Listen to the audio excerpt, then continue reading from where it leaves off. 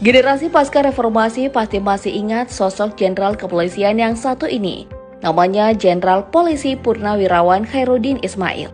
Ingat kan? Bagaimana tidak? Kisah jenderal yang satu ini menjadi begitu lekat diingatan para generasi pasca reformasi lantaran karir kepolisiannya yang dijejali konflik politik dalam negeri kala itu. Dia seperti yang tercatat dalam sejarah menjadi Kapolri tersingkat. Hanya sekitar 2 bulan dalam masa jabatan 2 Juni 2001 sampai dengan 7 Agustus 2001. Kendati begitu, Khairuddin Ismail memecahkan rekor sebagai putra Sulsel pertama yang menjabat sebagai Kepala Kepolisian RI. Nah, Medigers, lantas seperti apa kisah putra daerah Sulawesi Selatan ini? Dan seperti apa kabarnya sekarang? Mari kita bongkar. Khairuddin Ismail adalah pensiunan polisi yang lahir di sebuah kabupaten, yakni Kabupaten Wajo pada 27 Desember 1947. Malah melintang di kepolisian, dia kemudian berhasil mendapatkan pangkat sebagai Jenderal Bintang 4 usai diangkat sebagai Kapolri oleh Presiden keempat Republik Indonesia, yakni Abdul Rahman Wahid alias Gus Dur. Tragis namun garis tangannya sudah tak terhindarkan. Kepolisian yang kala itu menghadapi masa krisis politik pasca tumbangnya rezim Orde Baru di Indonesia, terpaksa menelan pil pahit. Jabatan sebagai Kapolri tak bertahan lama. Dia diangkat Gus Dur kemudian dicopot saat Megawati naik tahta pada Agustus 2001 lalu. Medigers, jika dirunut ke belakang, Khairuddin Ismail awalnya memang terjerat dalam pusaran konflik Gus Dur dan Jenderal Suroyo Bimantoro serta DPR sekitar pertengahan tahun 2000. Gus Dur dan Suroyo memang kala itu terlibat perang dingin. Sebab Suroyo Bimantoro acap kali menolak gagasan dan kebijakan-kebijakan Gus Dur yang tidak populis. Hubungan keduanya pun memburuk, bahkan berakhir dengan pencopotan Suroyo Bimantoro sebagai Kapolri. Seperti dilansir dari berbagai sumber, awal mula konflik antar Gus Dur dengan Bimantoro terjadi akibat persoalan pembolehan pengibaran bendera bintang kejora yang merupakan simbol organisasi Papua Merdeka. Kepolisian yang sejak awal terlibat dalam upaya peredaman gerakan separatis organisasi Papua Merdeka justru mendapatkan pertentangan dari Kapolri Jenderal Suroyo Bimantoro. Pada saat itu Gus Dur memang memilih cara berbeda dalam mengatasi masalah di Papua. Dia mencoba melakukan pendekatan berbeda untuk meredam pertikaian bersenjata antara aparat keamanan dengan kelompok organisasi Papua Merdeka di Papua. Salah satu caranya adalah Gus Dur membuat kesepakatan dengan sejumlah tokoh di Papua dan membolehkan mengibarkan bendera bintang kejora yang menjadi lambang OPM pada 1 Desember.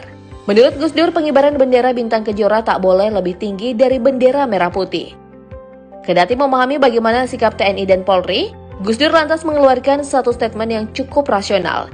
Dia mengatakan TNI dan Polri tak perlu risau soal pengibaran bendera bintang kejora. Dengan ketentuan, pengibaran tak boleh lebih tinggi dari merah putih. Bendera bintang kejora tak ubahnya seperti umbul-umbul yang berkibar ketika pertandingan sepak bola. Alih-alih begitu, Suroyo masih tak terima dan mulai menunjukkan ketidaksukaannya pada Gus Dur. Konflik keduanya makin meruncing saat suhu politik nasional semakin memanas. Gus Dur yang sudah mulai renggang dengan DPR mulai banyak disoroti, hingga kemudian membuat DPR mengeluarkan Memorandum 2 untuk mengevaluasi kebijakan-kebijakan Gus Dur, sehingga membuat pendukung Gus Dur di Jawa Timur juga mulai terusik dan melakukan upaya pembelaan pada Gus Dur. Pendukung Gus Dur menduga upaya DPR dengan menerbitkan memorandum hanya akal-akalan pihak yang kontra dengan Gus Dur, serta para pendukung Orde Baru.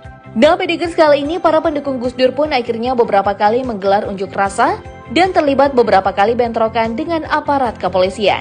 Hingga kemudian pada suatu waktu, seorang pendukung Gus Dur di Pasuruan tewas tertembak oleh polisi. Gus Dur kemudian murka dan mengatakan Bimantoro tak bisa mengendalikan anak buahnya. Sebab menurut laporan, korban penembakan itu sedang berada di warung makan. Alhasil, Gus Dur menonaktifkan Bimantoro pada Mei 2001 dan mempercayakan jabatan Kapolri pada Khairuddin Ismail. Sayangnya, pengangkatan itu tak cukup memiliki legitimasi. Bimantoro kemudian menolak proses pencopotannya dan pelantikan Khairuddin karena dianggap tidak sah. Sebab pengangkatan Khairuddin dianggapnya tak konstitusional sebab tak memulai persetujuan DPR.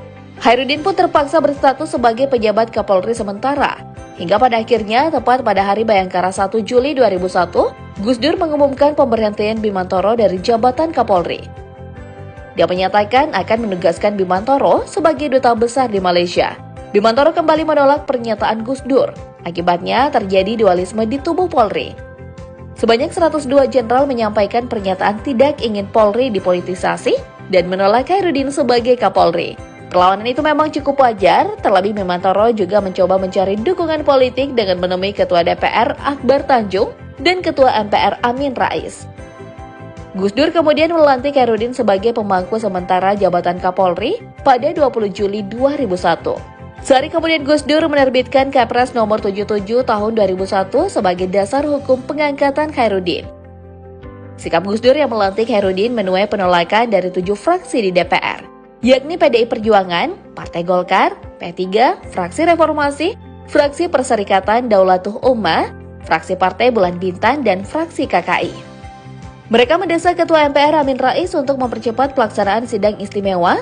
Alhasil MPR memutuskan mencopot Gus Dur dari jabatannya sebagai presiden tanpa melalui mekanisme hukum atau proses pengadilan pada 23 Juli 2001. Megawati menggantikan posisi Gus Dur sebagai presiden dengan wakil presiden Hamzahas. Saat itulah Khairuddin akhirnya dicopot dari jabatannya.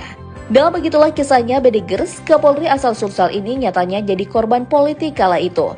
Namun begitu, Khairuddin pasca pensiun justru menjadi orang yang berkontribusi bagi institusi kepolisian. Dia banyak terlibat dan meluangkan pikirannya untuk perbaikan kepolisian. Setelah pensiun, Khairuddin Ismail juga sempat menjadi tim sukses pasangan Yusuf Kala Wiranto yang mencalonkan diri sebagai Capres dan Cawapres tahun 2009 lalu. Dirinya memang dikenal dekat dengan kedua politisi anyar tersebut, utamanya Yusuf Kala yang notabene-nya sama-sama merupakan putra daerah Sulawesi Selatan. Setelahnya mantan Kapolda Jawa Barat itu juga aktif dalam dunia akademik dan telah mendapat gelar profesor. Dia juga tercatat pada 2021 lalu telah dikukuhkan sebagai guru besar di Sekolah Tinggi Ilmu Kepolisian STIK PTIK. Pengukuhan itu dilakukan lewat sidang senat terbuka dengan dihadiri banyak jenderal kepolisian, baik yang aktif maupun yang sudah pensiun, termasuk mantan Kapolri Bambang Hendarso Danuri dan Badrodin Haiti. Khairuddin dalam sebuah pidatonya pada masa itu mengusul agar kepolisian di masa depan tak lagi mengedepankan pendekatan represif, namun dengan pendekatan persuasif. Olehnya atas kontribusi bagi kepolisian, tak jarang Khairuddin Ismail mendapat banyak sanjungan. Dalam Bedigers begitulah karir mantan Kapolri tersingkat tersebut. Kendati sempat mencicipi pahitnya politik pasca reformasi, Khairuddin nyatanya tak habis asa dan terus memberikan kontribusi untuk institusi dan negara kita tercinta. So, mari kita doakan yang terbaik untuk putra daerah Sulsel itu.